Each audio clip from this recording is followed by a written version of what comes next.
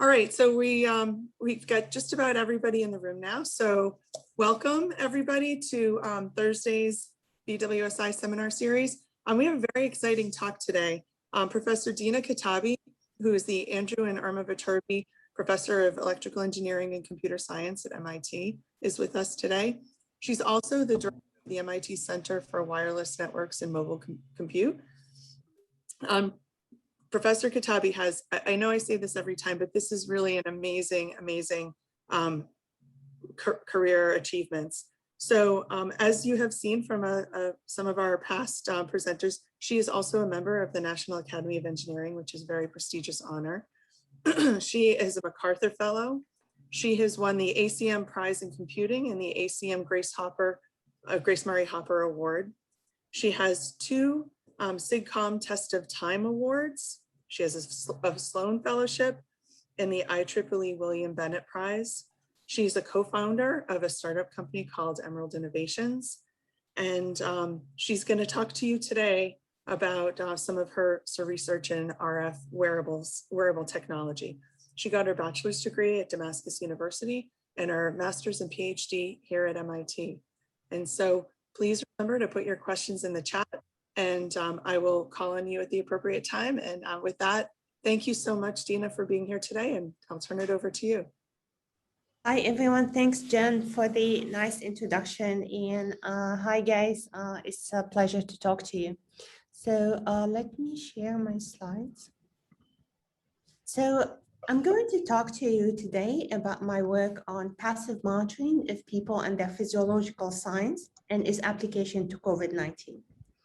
So I work on wireless systems, and recently over the last 5 years and so I have been interested in how we can use wireless systems in the healthcare system. And when I tell people about that, like same as Jen has just done, they think about wearables. So they think, yeah, okay, yeah, I have this wearable, it monitors my heartbeats, and it's like I use it when I jog, etc. So actually, it's not about wearables. It's actually, when we talk about these new technologies, we refer to them as the invisibles. Basically, we want to be able to monitor your heartbeats, your breathing, your sleep, everything, but without asking you to wear any devices on your body. So let me try to explain this. So I'm sure all of you guys have a Wi-Fi box at home. And imagine if that Wi-Fi box becomes smarter. So it can use the wireless signal in the environment to analyze your sleep, your movements, your heartbeats, your respiration, your interaction with other people. And it does this without asking you to wear any wearable devices on your body. So this is exactly what my student and I have been working at MIT. And we developed this new type of wireless box. It looks very much like a Wi-Fi box. We call it the Emerald box. It sits in the background and analyzes the electromagnetic field using signal processing and machine learning. And from that, it can get all these physiological signals. So let me first show you an illustrative video. So here what you see is the home, the wireless signal, of course, spread inside the home traverse walls, and they reflect of the human body because our bodies are full of water. And some of these reflections come back to our device, which analyzes them. In this case, it would detect a fall and can alert the caregiver via text, email, or phone call. Now, this is, of course, is just illustrative video. So can we do this in real life? Can we do it with real people? So I'm going to show you some of the experiments from our lab and then talk a bit more about, at a high level, about how the technology works.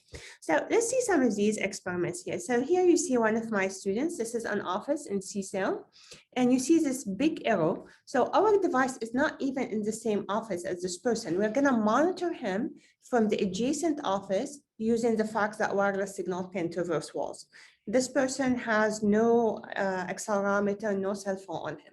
Now, as he moves, I want you to look at the red dot on the side of the screen. So it's tracking him pretty accurately. And remember, all of this is without asking him to wear any wearable on his body, just like we know exactly where he is at any point in time and how he moves. And all of that stuff through the wall, we see his movements and we get it pretty accurately. So of course, we compare this with state of the art in monitoring motion. So this is a system, it's called the Viking motion capture. And it is like something that people use in Hollywood, for example, like the whole ceiling will be planted with cameras and you put stuff on people's bodies so that you can localize every move that they make. And we compare it with our system and the accuracy is 98% in localizing the person. So we are very accurate. We just don't need to plant the ceiling with these cameras and we don't need the person to wear any markers on their body. We can monitor many other things, not just the movement. So here I'm going to show you that we can monitor sleep. Now, when I tell people that we can monitor sleep, the thing that comes to mind is that we are monitoring the movements during sleep. So that would be something called actigraphy. And you might be thinking, okay, so I can understand that your device is able to see these people as they walk to bed, when they stop tossing around in bed, when they leave the bed. So that would be a measure of sleep, as I said, based on actigraphy. But it turns out that we can get much more than that. We can actually get an understanding of sleep similar to the understanding that one can get if they can understand your brain waves, the EEG of the person. So when you go to sleep, your brain waves change and enter different stages: awake, light sleep, deep sleep, and REM, or rapid eye movements. So in particular, the stage during which you dream, this is REM, or the rapid eye movement stage. So like when you sleep, it's true that you are either awake, you are asleep, but not every stage of sleep is the same. There is a stage where you dream, there is a stage where we consolidate memory, like deep sleep, and so on. And understanding these stages is very important. It's important for sleep disorders. In fact, in the US, almost 1 in every 3 people have some sleep problems. So it's very important to understand that, but it's also important for understanding it for a variety of diseases. Just to give you another example, so people who have depression, they typically tend to have this stage, rapid eye movements, happening too early during the sleep. So that is one of the signs of having depression. Now, of course, it's not the only sign, or it's not like 100% of people who have depression have that, but this is one of the things that happens during depression. So if you can monitor these sleep stages accurately, you can understand sleep, but also you can understand other diseases and medical conditions. Now, today, if you want to get the sleep stages of someone, you send them to a sleep lab, like you see here, and they put electrodes on their head and body, and they ask them to sleep like this with all of these electrodes. And that, of course, is very difficult. And this is how we do sleep staging today, or sleep studies. And this is taken in Mass General sleep lab. And you can see all of these electrodes because they want to get the EEG of the person. So they have these electrodes on his head and they want to get a few other signals. So this is not comfortable. You cannot do this every night. And even when you do it, maybe it's not representative of how this person sleeps. Maybe he's uncomfortable because of all of these things. So let me show you how we do it. So this is our device. It transmits very low power signal. It receives the reflection of these signal, analyzes them with machine learning, and from that, it can tell the sleep stages of this person throughout the night. So here you can see the person, there are no electrodes on his head or body. It's just he's sleeping in his own bed comfortably, and we can analyze his sleep stages. And again, we compare to the actual gold standard in analyzing sleep, and compare to FDA-approved devices for analyzing sleep, and our accuracy is 80%, which is pretty high for these kind of tasks. Now, we can also monitor breathing. So this person is sitting like you guys, and you can see on the screen his inhales, exhales. And we asked him to hold his breath, and you see the signal stays at a steady level because he exhaled, he did not inhale. And again, remember, we are monitoring him without any device on his body, just purely based on how his breathing changes the electromagnetic waves around him. And again, the accuracy in comparison to FDA-approved devices for monitoring breathing is 97%, which is very high. Now, I want to zoom in on this breathing signal. So what you see here is the same breathing signal that we saw just on the previous slide. These are the inhales, the exhales, and you see like small blips on the signal. These blips are not noise, they are actually his heartbeats. So the wireless signal is impacted by the small pulsing of his blood. So it's very, very sensitive.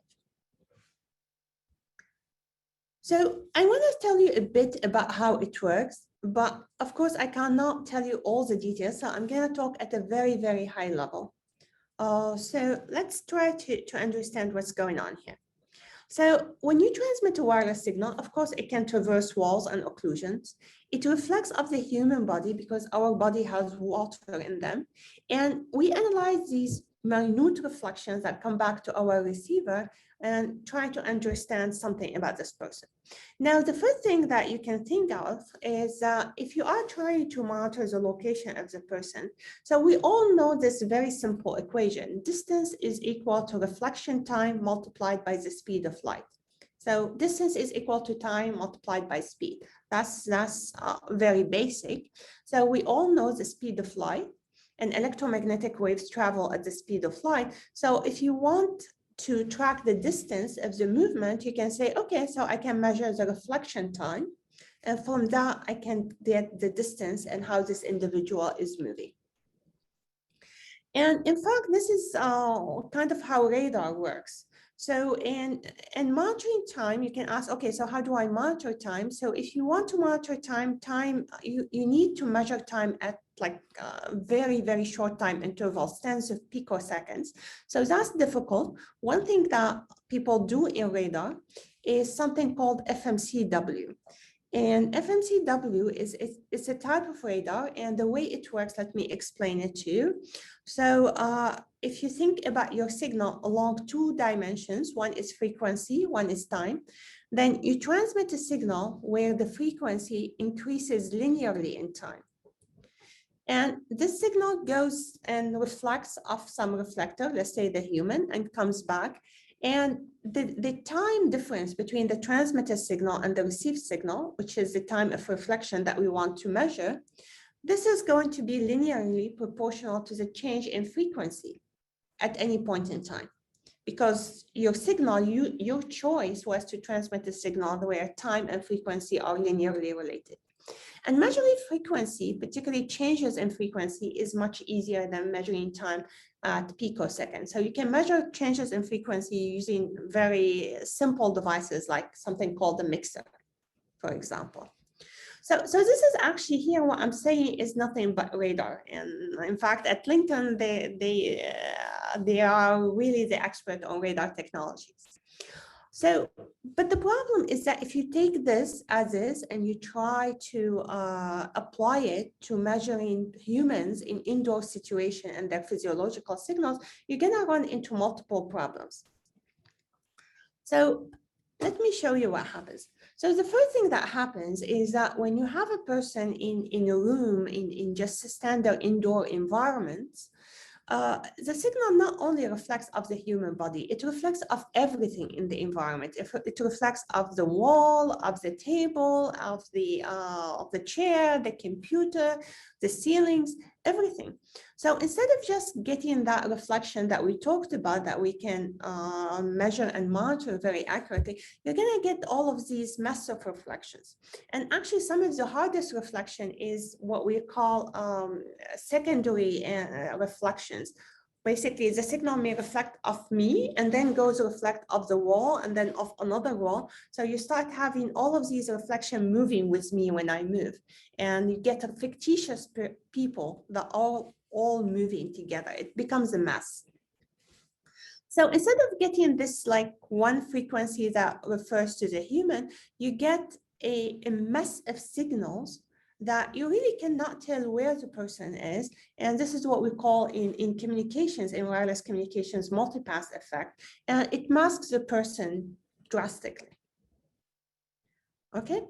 So if you want to get these devices or these invisible sensing technology, you need to address these problems.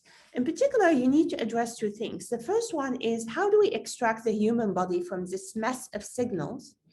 And the second one is that, remember, I'm not just talking about motion. So I'm talking actually about way more than motion. I'm talking about things that are physiological signals. So how do I translate the wireless signal to something that is sleep stage, like somebody being asleep in deep sleep or in REM? This is not just motion. So to be able to address these problems, we have to take an important step beyond just what we know about radar technologies. And here where machine learning actually is very helpful. So if you think about machine learning and neural networks and deep learning in particular, it has been very successful at taking very complex signals, images, audio signals, text. It has been it's very good at taking complex structures and extracting from it patterns. And this is exactly what we want here. As we said, these wireless signals are a mess. They are very complex. And what we want is we want to extract from them patterns that refer to the sleep of the person, to their motion, to their respiration, etc. Now, it's not as simple as just let me take the neural network that operate on images from cats and dogs and apply it to radio signals. That if you try it directly, it does not work that well. There are so many things that you have to do. And in this short talk, I'm just gonna tell you about one simple idea, but there are multiple other things that we need to do. Okay, so the first thing that is really important is when you are trying to design a device that senses humans and their physiological signals in their homes, of course, you are going to use it in different homes. So you're going to take your device and you're going to train it in some homes. So let's say that we train the device, let's take sleep as an example, and we train the device on recognizing the sleep of Bob and Alice in Bob's home and Alice's home. And now we go to Chris's home and we want to use that device. The neural network never saw Chris before and does not know how to interpret the wireless signal in Chris's home. So this is a problem that is called generalization to new environment and new domains. And in this context, basically, Alice and Bob are the source domain and Chris is the target domain. And the problem why this generalization when you are talking about wireless signal is not very simple, because radio signals depend on the environment. As we said, they reflect off everything in the environment. So when you take something that was trained in certain environments and take it to a new environment, it might get confused by the environment, by things that have nothing to do with the sleep of Chris. It has to do with how the computer and the walls and all of that thing look like in Chris's room. And that is something that you don't want to happen. So what can you do? So we need to remove these extraneous information that are irrelevant to the task of interest. And we want to have the neural network removing these extraneous information and focusing on the information that are relevant to the task. So here's one way to try to do this at a high level. So there is something called adversarial domain adaptation. And the way it works, let's say that you take some input, in our context, it's going to be the radio signal, and you encode that input to a representation, E of X.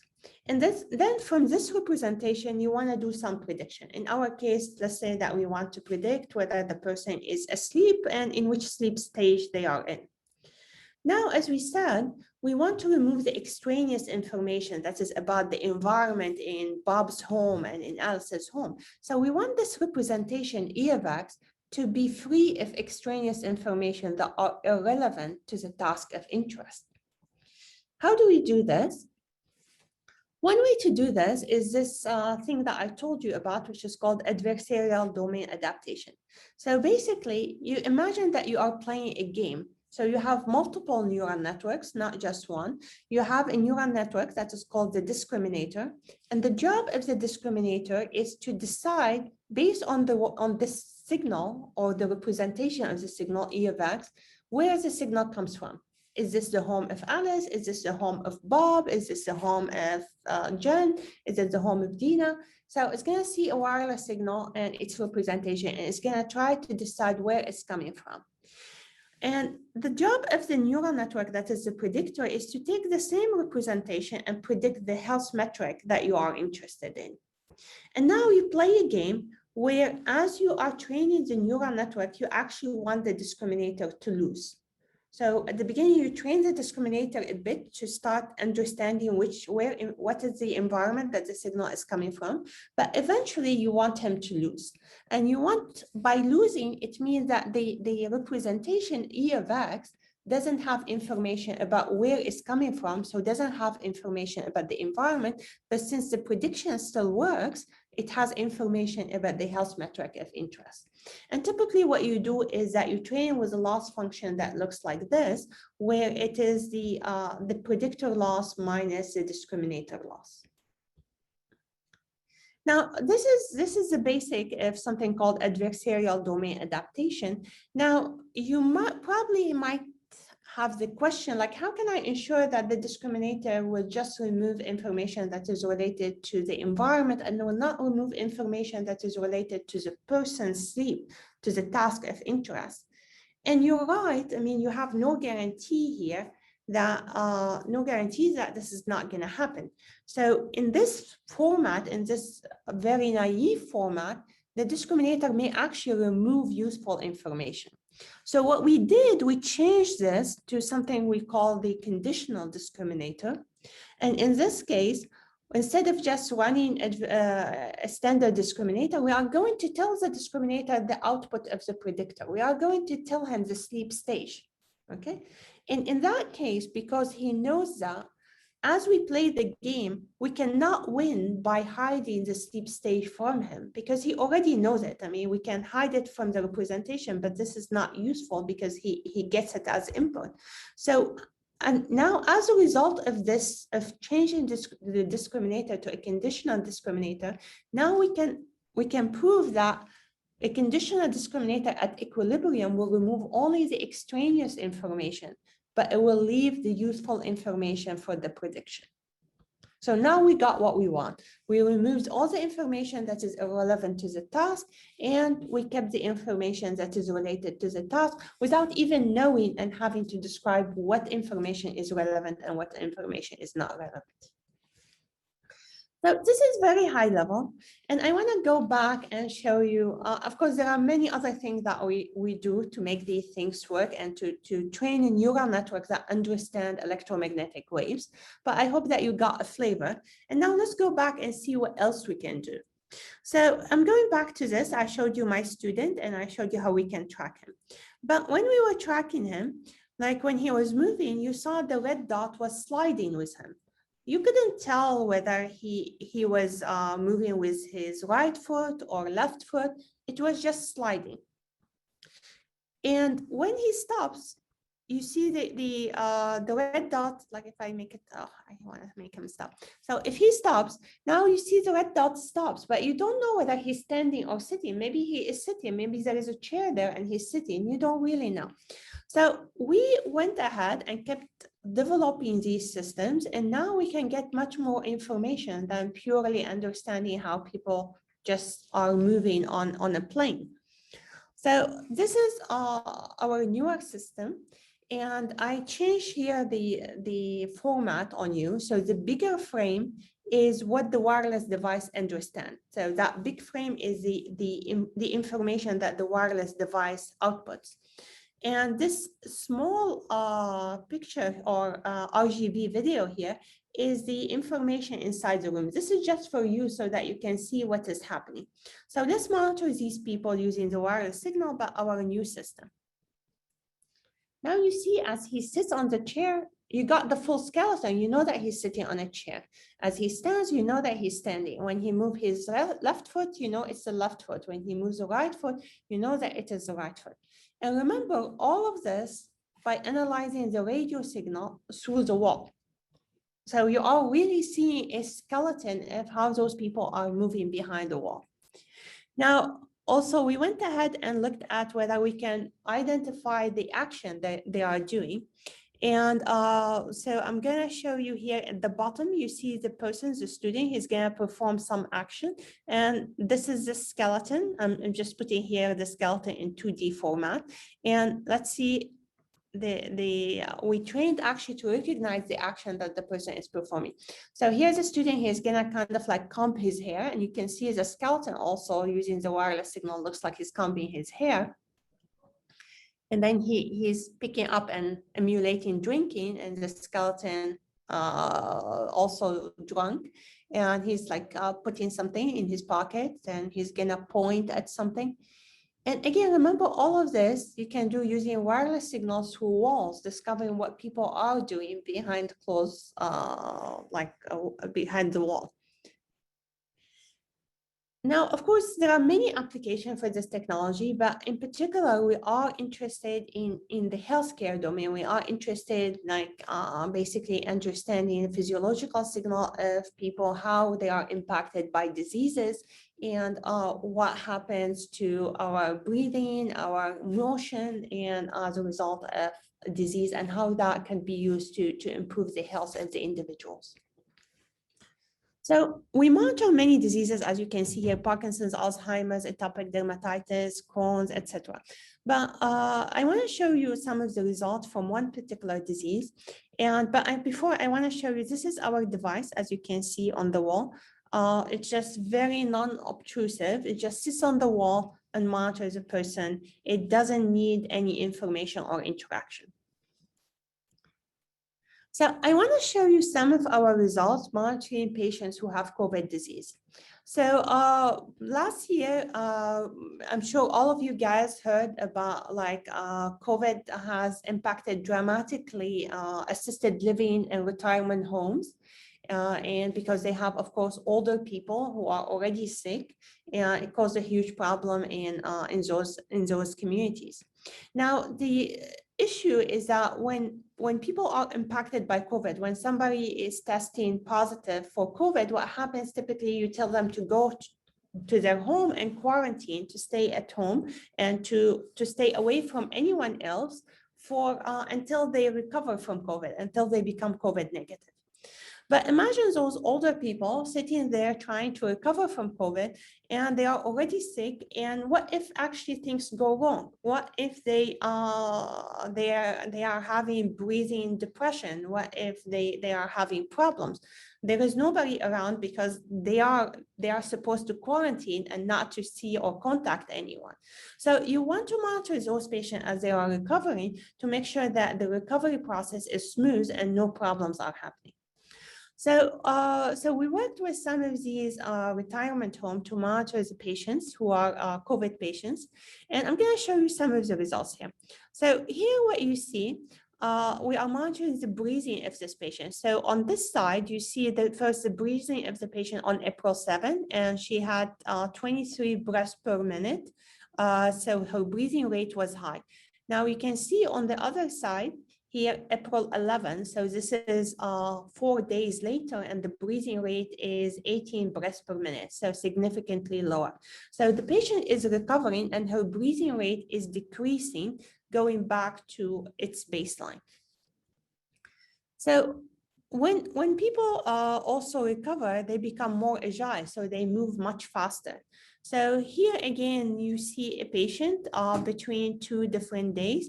And on April 8, you can see like the motion is much slower and the balance is much worse.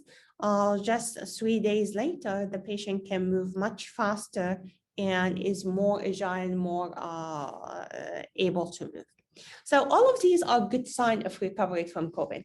But of course, not everything is great. Sometimes you have problems. And what I'm showing you here is abnormal breathing of one of the COVID patients. So this is actually his breathing signal. These are the ups and downs. This is breathing. So remember, like when I showed you the breathing signal of a healthy individual earlier, it was like very nice sinusoidal signal. Now here you see like every breath is different length. So you see this breath is much wider than this breath. And also like the amount of air, like the depth of the breath, of each breath is very different from the other breath. So this is abnormal breathing. And in fact, I mean, we all know that basically COVID affect the respiration system and affect the lungs. And actually being able to monitor breathing completely contactless is very important. So I'm going to show you some of the information that you can get from understanding the breathing of the individual. So this is a patient who ended up going to the hospital because she had a problem in a respiration problem. So if you see each one of these blue curves is the histogram of her breathing rate on a particular day. So the first one you can see here, April 8th. And so this is the first histogram of her breathing. The next day is on April 9 and so on. So now if you look at these histogram, you can see at the beginning, the breathing rate was decreasing. So the patient was getting better. Then on April 14, suddenly the breathing rate jumped. And indeed, the patient ended up in the hospital on that day. And it was problematic. The patient stayed in the hospital for about a week. So you see, this is April 14. And then the next day is April 21st after she came back from the hospital. And you can see here, like then the breathing rate started decreasing again, and eventually the patient recovered. So if you look across COVID patients and how they recover, you see three patterns of recovery. So some patients actually have a difficult recovery process, like the one that I showed you, and they end up in the hospital. So this is the process that I showed you, the breathing rate jump, and then eventually she recovered. Other patients, they have symptoms, but the breathing rate goes smoothly. So you see their breathing rate decreasing smoothly day by day, and then eventually they recover. And then the third type is the type that we always hear about, which is the asymptomatic patient, and their breathing rate is the same all the time. When they are COVID positive, and as they become COVID negative, basically they are not showing any symptoms. So by being able to monitor the breathing and the motion of these patients as they recover, we can detect problems, we can detect different recovery process of COVID patients. Now, I want to end by talking a bit more about all of us, like the rest of us. We didn't get COVID, but we definitely got impacted by COVID. Because we have our devices deployed with many people, we can see how COVID changed the behavioral pattern of different people. I told you, so here's our device. We called it, as I told you, the Emerald device. And this blue line here is just a large trajectory over 2 hours for one person. So I showed you at the beginning, like my student movie and the red dots. So if you take the trace that this red dot tracks, you get trajectory like this. So from that, we can tell the behavior of people and how it changed before and after COVID. So I'm going to look at, just show you an example from one of the people that we were monitoring. And this is a healthy individual. This person is not a patient. So you remember probably that the lockdown in Massachusetts happened, I think, around March 14 or 13. So this orange line and these two arrows before the lockdown and after the lockdown. And what you see here, every column is 1 day, and time goes from top to down. And this is the hour in the day, and then this arrow, the x-axis is the day the 1 day after the other. So let me explain the colors. So the pink refers to when he goes to sleep, he goes to bed. The green is when he goes to the kitchen. And the brownish color is when he goes to the bathroom. So you can see, like, before the lockdown, this person actually goes home. Like, black means that he's not within the coverage area of the wireless signal, so we are not seeing him. So you can see that before the lockdown, this person hardly goes home to just sleep. I mean, doesn't do much at home. So if you take a day, for example, of his life, he goes to bed, all this pink stuff, and he wakes up, he goes to the bathroom to do his showering and toileting, and then he leaves the home. And in the next day, he comes back, just enters the kitchen a bit, and then he goes to sleep. And again, repeats. And you see here, like the weekend, these 2 days here before the lockdown, these are the weekend. He travels during the weekend because his spouse lives in a different state. So his patterns are very regular. Now, the lockdown happened around March 14th, and you can see his behavior after the lockdown has changed dramatically. Now, if you look at sleep, now instead of like waking up around more or less the same time, going to sleep around the same time, now he goes to sleep at random hours. He's sleeping longer time than he used to sleep before the lockdown. And you can see the green is all over the place. He's like keep entering the kitchen. And I'm sure you guys remember the early days of the lockdown and how like we all like just try to like just compensate for anxiety by going to the kitchen every now and then and snacking, picking up some food. And you can see also like he started napping in the afternoon, like these small pink blocks here. These are afternoon naps. So there is a huge change of behavior just around the lockdown that happened in Massachusetts. And you start seeing a regular sleep, naps, more entering the kitchen, all of that stuff. Now, of course, this is just like the changes here were not drastic. You can see like some changes. I can show you some changes in sleep that we see in some patient, which could be like more. So here I'm going to plot sleep like this. The blue box is when the person is asleep in bed. Sorry, when the person is in bed. So you see this person goes to bed around slightly after 11 p.m., wakes up around 8 a.m. And this wide red is deep sleep. This is light sleep. This is REM, and this is being awake. Now I can, using this representation, I can plot a whole month of sleep very easily. So this is the month of sleep starting, as we said, March 3rd all the way to March 30th last year. And you can see the lockdown happened, I guess, March 14th. And you can see this person, this is a different person from the previous person, but we see some very much similar patterns, like the naps in the afternoon here. And you see that instead of like waking up exactly around the same time, now it is way more disrupted. And also when to go to sleep now changes from one day to the next. Now, let me show you this person. So this person didn't have a great sleep before the lockdown. So you see the sleep is disrupted, but after the lockdown, it's completely segmented. Like you see, he sleeps a bit, wakes up. So you see the blue disappears, and then he goes to sleep, wakes up. It's just like he's hardly sleeping in any regular way. So, of course, the lockdown impacted us differently, but definitely created a lot of anxiety for many people. And one of the things that anxiety does, I'm sure all of you know this from our own experience, is that it impacts our ability to sleep. And that you see directly now with all of those people. I'm going to stop here.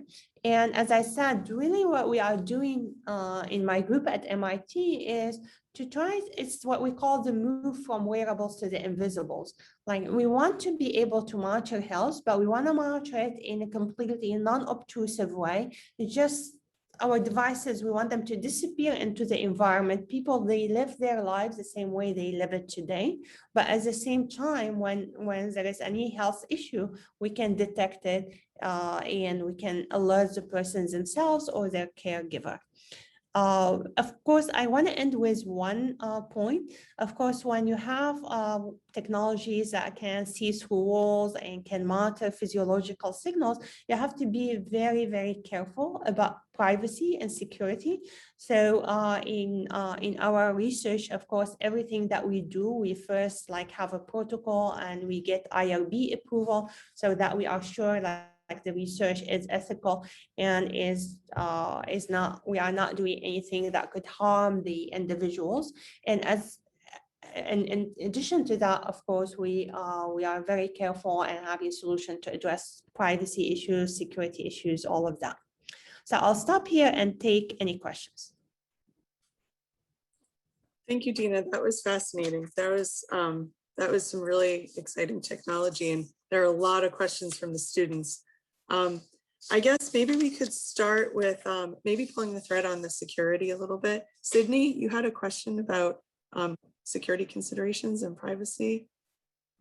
Yeah, so I was wondering, since it's so precise, I feel like this would be something that either a robber could use, it could be used in the government. So I was wondering, like, what security breaches have you put on it? What protections are you using? And basically just how are you stopping outsiders from seeing what's going on inside your own home?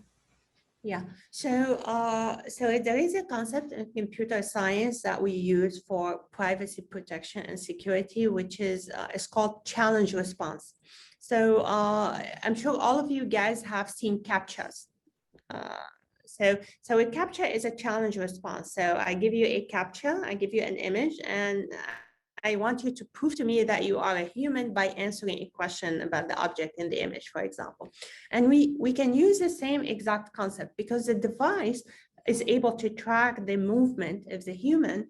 Now, let's say that I want to use, or let's say that I took this device like Emerald and I want to use it to monitor the neighbor. So what the device is going to tell me is, okay, so prove to me that you are that person. Take now 2 steps to the right. Okay, take now 3 steps to the back. Move 1 step forward. So it gives me a random pattern to prove that I am the right person. That would be the challenge.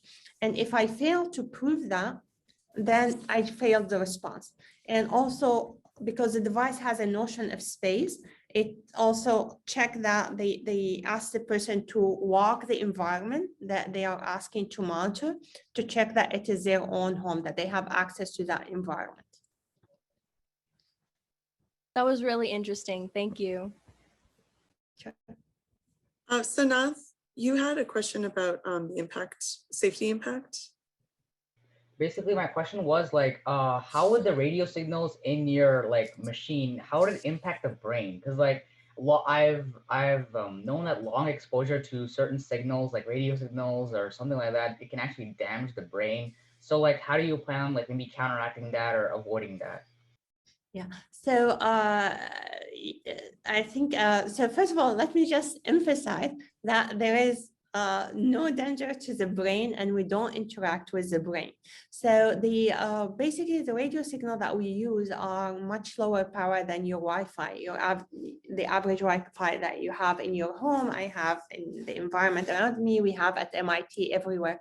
So these signals don't have any known health effect on people. They are widely used. Now, the examples that you are talking about are examples where you have a much larger power, different type of signals altogether. So basically, that would be humongously higher power. So I guess one thing that also I should emphasize, although I use radar as a radar technology as my example, we definitely have nothing to do with the power that is transmitted with radar, because the radar transmits high power. Like you don't want to transmit power like radar when you are monitoring people. So to try to avoid all of these issues that related to any potential danger to health from wireless signals, you want to operate with signals that are at the same power as Wi-Fi or even lower power than Wi-Fi in this part of the spectrum that we know that we all are familiar with and is safe for the health. Yeah, thank you for your answer. Sure. Oh, okay, Denise, you had a question about interfering signals. Yes, hi. My question was, do signals from other devices affect the signals from Emerald? If so, would these signals affect its accuracy and how much? Yeah, so this is a very interesting question. I mean, of course, like when we have Wi-Fi, we all have the experience that we could have interference. So different wireless signals are different. So our signal, as I said, is very, very low power, like more than 1,000 times lower power than Wi-Fi. So it doesn't interfere with Wi-Fi or cellular or any of those signals because it's just very, very low power. And also it's resilient to interference from other signal. And that you can do with a special coding. Basically, if you get interested in wireless signals and communication and transmission, basically you can make your signal very low power, but you can put on top of it a form of code that allows you to boost the power to someone who understands the code.